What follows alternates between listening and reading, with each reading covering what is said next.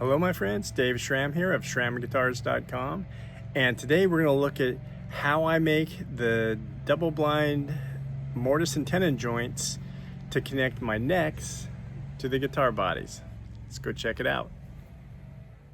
Alright, so here I have my neck blank, and here's the heel block. It's already glued on, and I'm going to cut a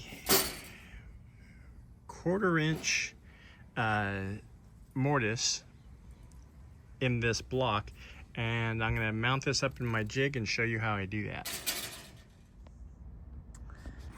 Alright, I've got the neck mounted in the jig, and I'm now about to route this. I've got everything lined up here, and I'm going to take my template guide and my 1/4 inch bit and my router, and I'm going to route this out. Here is the router bushing. This is outer diameter 3/8 of an inch, and this spiral bit is 1/4 inch. Now I'm going to do a plunge route into, let's see if I can do this. I'm going to use my plunge router, and I'm going to plunge a approximately 1/2 inch to 5/8 of an inch depth plunge cut into the heel block of this neck.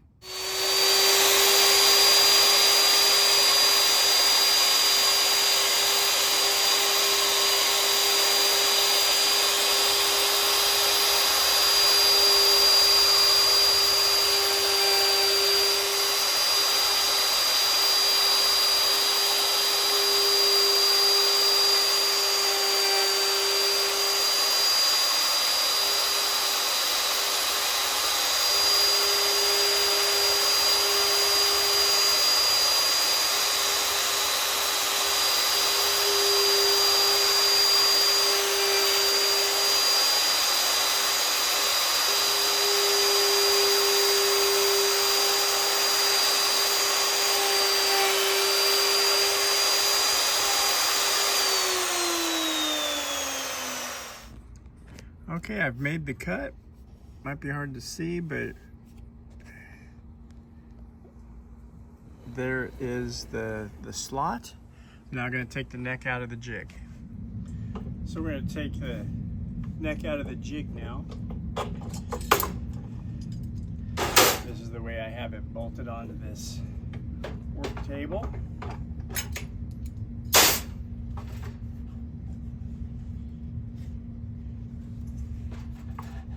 The neck is clamped on here.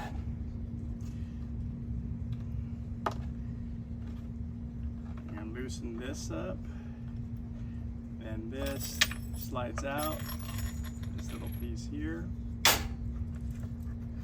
And I have another one over here. Sometimes I put one over here.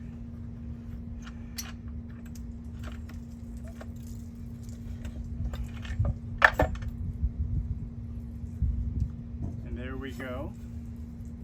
There you can see the slot that was created. And here is the jig. Real simple.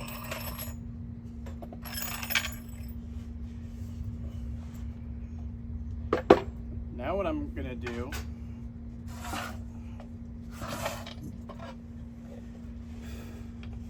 I'm going to use this jig to create the heel shape. And the way that this is going to work is now this slot here will index off of this part, this 1/4 inch aluminum in this jig. So next step,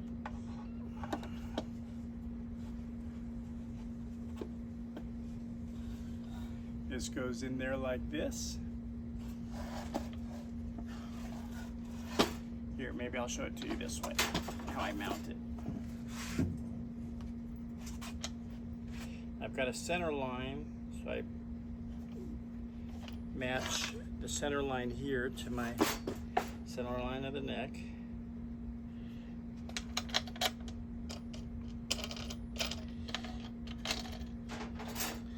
I'm going to use my blocks here.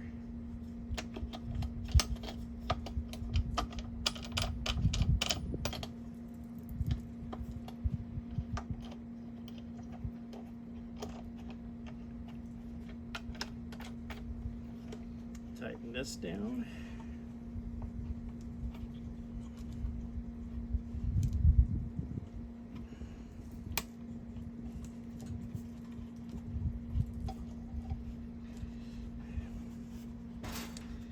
Don't really need to use this one. This will be good enough right there.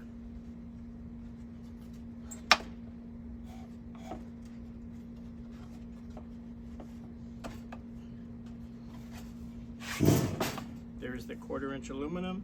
Now I'm going to put a huge scary pattern routing bit and route this, which you're going to see in the next step. So here the neck is all mounted in the jig. I'm going to template route off this. Here's the huge bit. I think that's a 3/4 inch bit and about 2 inches long. So that bearing is going to ride against this edge to create my heel shape. So that's my next step. I'll be routing out and cutting all this out.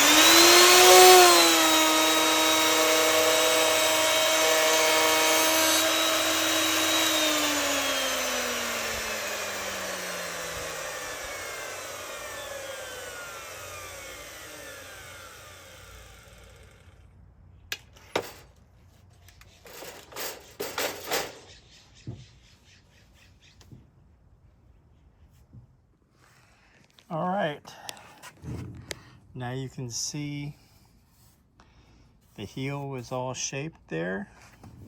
I'll have a little bit of extra to cut off, bit down there. That's no big deal, but that got most of my heel shape. Let's do a quick flyover over the 3 jigs. This is the body jig, so this is for slotting the heel block when I do the sides. So when the sides are all made and the rims and blocks are all put together, I route the slot in the heel block of the body. Then I use this jig here, which you saw me do in this video, to slot the heel of the neck blank itself.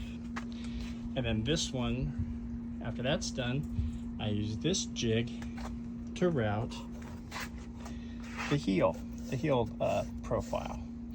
Now I'm gonna clean this all out, carve the heel, and then I'm gonna fit the neck. At this stage, I am now fitting the neck. there's a 1/4" spline here in the double mortise and in the body and in the neck. There's some double stick or adhesive side sandpaper that I have on here, 80 grit from StuMac, and this belt clamp. And so what I do is I run the neck back and forth like this, and sometimes I'll even use this jig here, this sanding jig, where I'll put the neck on it. That helps me kind of rough it out a little bit quicker. But what I do is I look for the angle this way, make sure the center line is there, and then I also have to do it not only the center line, but the pitch of the neck going this way, forwards and back. So I'm also adjusting the neck angle.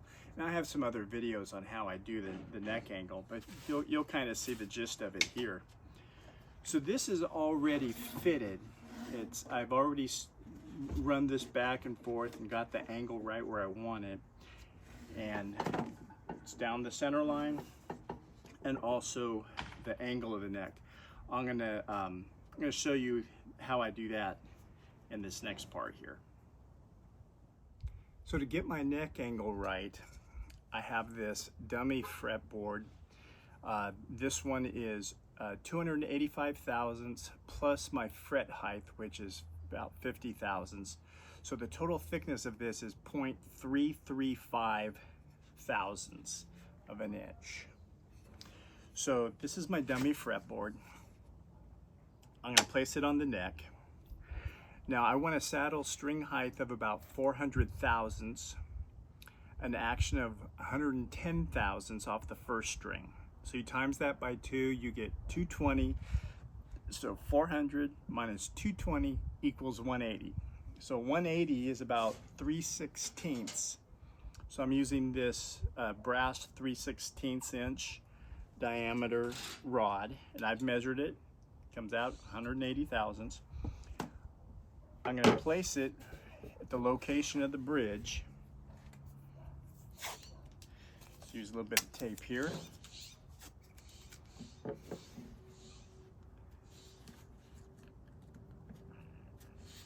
So this is at my bridge location. Now I'm going to take my straight edge, and with the neck angle at the correct angle, I'm going to check this, and it should come out so that it just touches this part here. Now, it needs to be pitched a little bit more forward. Airplane. We live near the airport. Okay, so I need to take off a little bit more on the front edge here because it's got a little bit of a gap here. So this actually needs to come up. The head needs to come up more. So I'm going to take more off the front edge of this until this kisses that part right there. So I'm going to do that now, and then basically that's how I set my neck angle. Works perfect. This is how I learned how to do it from an American luthier named John Gilbert, who passed away a while ago. But I got this method from him. I started doing this since my first few guitars in the early to mid 1990s when I learned this. And I think I had built my third guitar, and one of his questions when I went to his shop was, well, how do you set your neck angle? Never thought of it at the time. And so he showed me how he did it, and that's how I use it now. How I do it. Now I'm sharing it with you, and I hope it works for you. After over 400 guitars that I've built, this works great. Okay, I did some more sanding, and I think I've got it right where I need it. We're going to take another look here. There we go. Yep. It's just kissing the top of this. All right, so I got the neck angle set for exactly where I want it, and I have the center line of the top. going this way. Check it as well.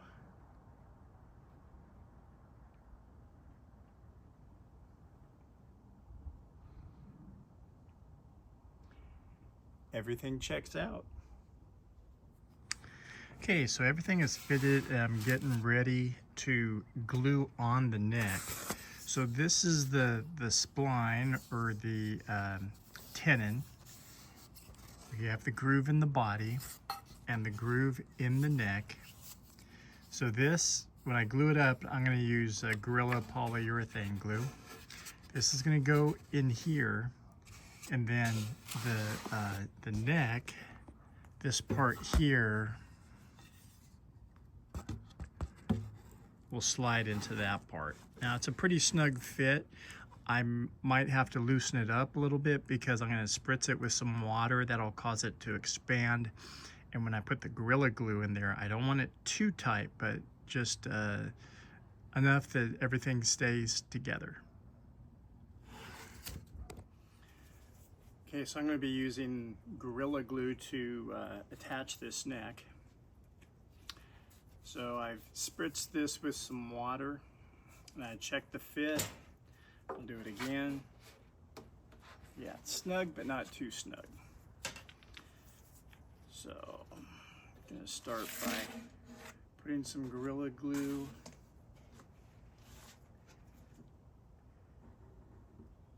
in here.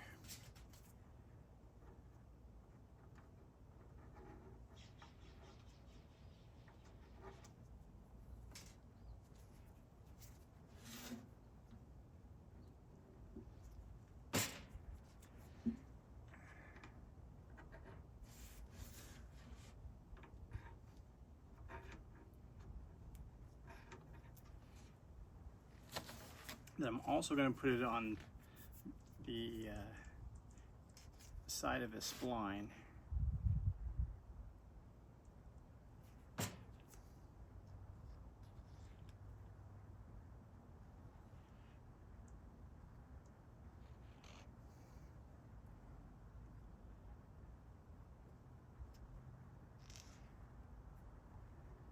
There we go.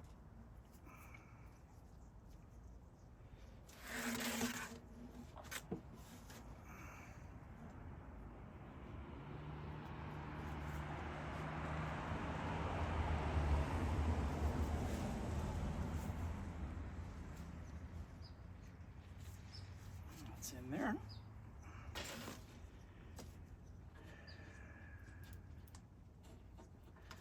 Now add glue on this side.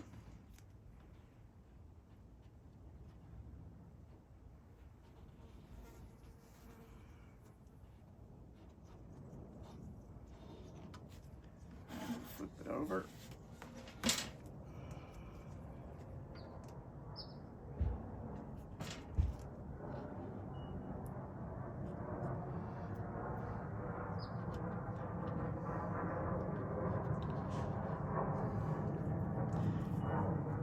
Now I'm going to add some to the slot on the neck. Sorry about the plane. Like I said, we live near the airport.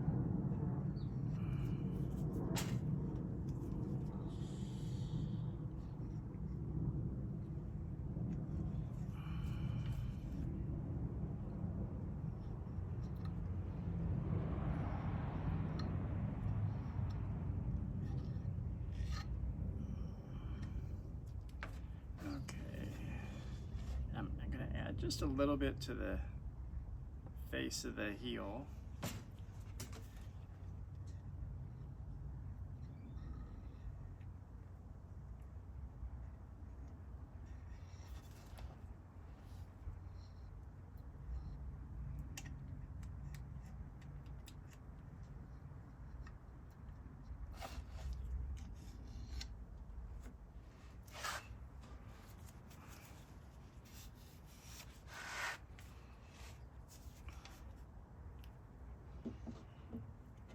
Slide this on.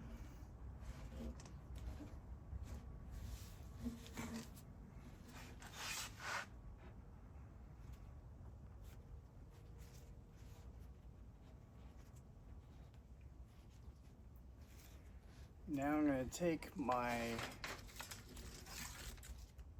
belt clamp here.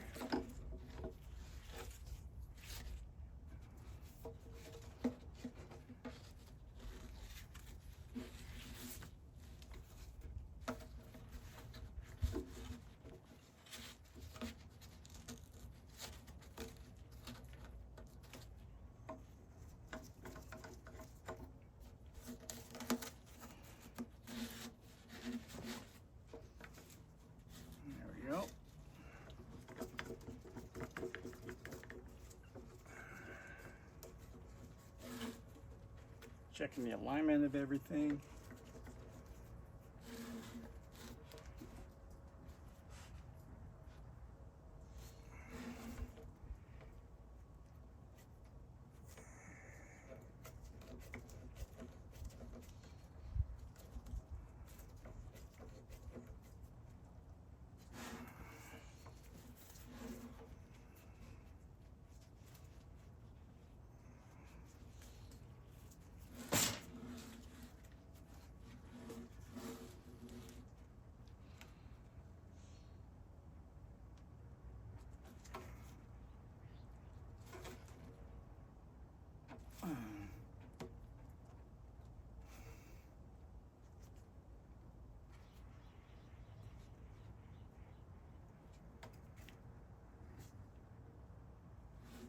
So I'm checking to make sure this is flush here, and it is. So we are good to go.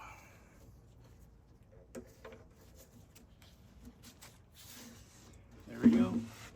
Now we'll let this dry, and then next step will be I'll be putting the fingerboard on. Here's another quick look at my dummy fretboard that I put on here for making the calculations for the neck angle. Somewhere on my channel I have another video, several videos actually, on how I do this. There is the double mortise or double blind mortise and tenon, or whatever you want to call it. Whoops. There we go, a little bit better in focus. So with the Gorilla Glue, it's starting to squeeze out a little bit there. But that's how I do it.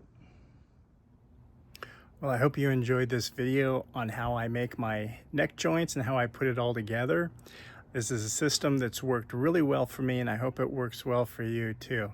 And I want to say thank you to all of you that have purchased the tap tone hammers and the CD-ROMs. I'll get those converted to ebook one of these days. And those of you that have clicked on the thanks or the tip jar down below, I really appreciate it. That really helps me to produce these videos and expand this channel. Thanks for watching. Remember to like, share, and subscribe. I'll see you next time. Bye.